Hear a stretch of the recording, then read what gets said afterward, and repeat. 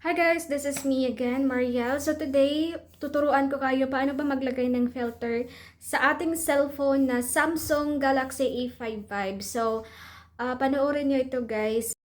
Guys, open natin yung camera. Yes, and punta natin dito sa photo. And dito guys, makikita nyo ang tatlong circle sa ibabaw. So, pindutin nyo yan. So, doon sa baba guys, may nakita kayo na original. Ito yung original.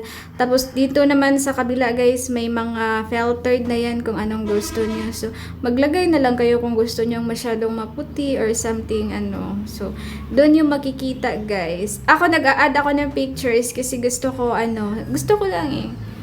And kung gusto niyo naman ibalik sa original guys, view original lang kayo dito sa gilid. So, yun lang guys. I hope nakuha nyo. And kung nakuha nyo naman, so mag-subscribe kayo sa akin.